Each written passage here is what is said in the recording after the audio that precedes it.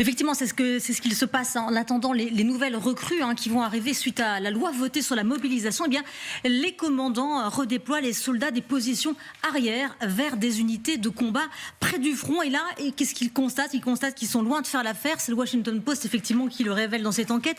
Ce sont des personnes qui pouvaient, par exemple, occuper des postes tels que garde de pont, puis d'autres infrastructures, loin de la zone de combat. Alors, d'où que viennent, en tout cas, ces nouveaux soldats? Le constat est toujours le même. Un entraînement tellement déficient que les commandants doivent souvent consacrer des semaines à leur enseigner des compétences de base telles que la façon de tirer. Regardez ce que dit l'un d'entre eux. Nous avions des gars qui ne savaient même pas comment démonter et assembler une arme à feu. Il a passé une semaine avec eux pour s'assurer qu'ils s'entraînent pour passer ensuite à des tâches plus complexes. Alors pourquoi toute cette attention?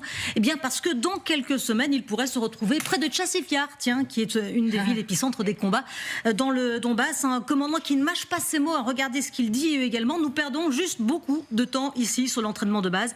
S'il y a une percée près de Tchassifiar, ils seront envoyés là-bas pour mourir. Conséquence aussi de la décision de Zelensky d'écarter les 500 000 recrues voulues par l'ancien chef d'état-major, Zaloujny. Il a fallu trouver ailleurs et on se souvient évidemment de ce bras de fer. Des conséquences, il y en a. Bien évidemment. Oui, il y en a, c'est ce que disent en tout cas les soldats interrogés par le Washington Post. Pour eux, la Russie a fait des gains cette année, en grande partie parce que l'armée ukrainienne n'avait pas assez de troupes pour se défendre contre les assauts implacables des Russes. De son côté, le gouvernement a été trop lent pour mobiliser. Alors, c'est précisément aussi pour ce manque de formation que de nombreux hommes ukrainiens craignent la mobilisation. On en parlait justement il y a quelques jours. C'est pourquoi des brigades individuelles partent dans toute l'Ukraine pour communiquer et dire qu'il y a au moins 60 jours de formation. Sur cette affiche, il est écrit « Nous garantissons 60 jours de formation ». Donc c'est la 13e brigade de la garde nationale, sans parler de panneaux d'affichage dans le métro. Le message doit absolument passer. Merci Sylvia. 60 jours pour aller mourir sur le front, ça me paraît peu. Surtout quand vous n'avez jamais tenu une arme. Oui, c'est le minimum. Vous n'êtes jamais battu aux côtés d'autres troupes. Oui, non, mais il faut bien comprendre ce que ça peut représenter. Envoyer directement un bleu sur la ligne de front, quelqu'un qui ne connaît rien. On a vu le reportage tout à l'heure, tout à fait remarquable. Être sous le feu face à ça, c'est un vrai métier qui demande des compétences considérables. Il faut savoir que, alors on ne voyait pas grand-chose forcément, mais vous entendez beaucoup. Il faut savoir que, comprendre que l'obus qui arrive, qui est de plus en plus, le son est de plus en plus aigu, c'est vers vous. C'est de plus en plus grave, il s'écarte de vous. Que lorsqu'on tire dessus avec un fusil, la balle fait deux bruits. Elle fait un bruit supersonique lorsque ça passe à côté, et c'est le deuxième bruit qui vous donne l'origine du tir, etc., etc. Il faut des multitudes de petites compétences comme ça. Si vous n'avez pas, statistiquement, vous courez 4 fois plus de chances. Vous avez 4 fois plus de chances, de risque, d'être tué ou blessé. Et si vous survivez, vous avez infiniment plus de chances d'exploser psychologiquement que celui qui est expérimenté. Vous êtes arrivé, vous êtes tout seul, vous ne connaissez personne, vous n'avez pas de camarades, vous n'avez pas de tous ces liens qui font la cohésion, qui font que ça vous aide considérablement à résister sous le feu. Là, vous arrivez au milieu de nulle part et c'est le stress absolu. Et un handicap pour les commandants qui disent, et Sylvia nous l'a dit, ça vous ralentit en fait. Voilà, vous êtes avec des bleus, vous êtes obligé de prendre des risques pour essayer de leur sauver la peau, etc. C'est une vraie catastrophe. Parce qu'on prend aussi des risques pour essayer de les sauver, parce qu'ils sont pas armés, donc vous mettez en danger rien faire. Les camarades. Ils ne savent rien faire, donc vous êtes sergent, moi c'était mon premier métier, sergent, chef de groupe de combat d'infanterie, vous êtes sergent, vous êtes obligé d'aller, de le surveiller, vous-même de prendre des risques pour éviter qu'il fasse de conneries, etc. Enfin bon, c'est une catastrophe. Donc il faut, un soldat, ça se forme à l'arrière, ça se forme au moins, alors on parle de 60 jours, c'est vraiment le minimum. C'est combien en règle générale? C'est 3-4 mois, non? 3-4 mois, oui. Ouais. Nous, en France, on hésite à envoyer un soldat en opération extérieure dure avant 1 an de service. Ah oui. Oui.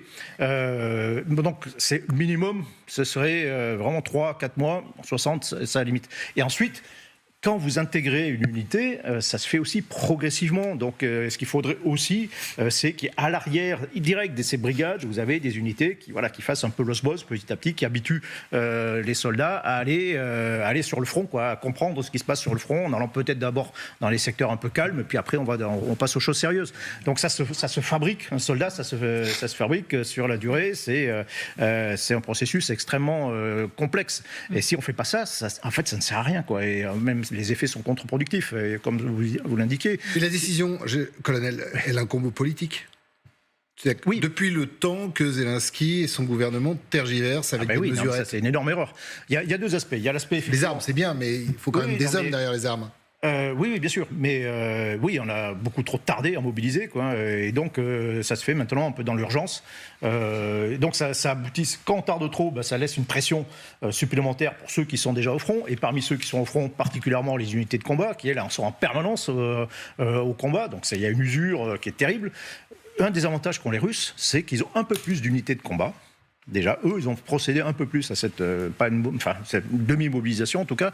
Ça leur permet d'avoir des unités qui vont à l'arrière, qui peuvent à l'arrière intégrer plus facilement les nouveaux, par exemple, qui peuvent apprendre des choses, on peut s'entraîner derrière tranquillement, et récupérer de nouveaux équipements, apprendre à s'en servir, puis après on va au front, une fois qu'on est reconstitué, reposé, on va au front, et ça se passe beaucoup mieux.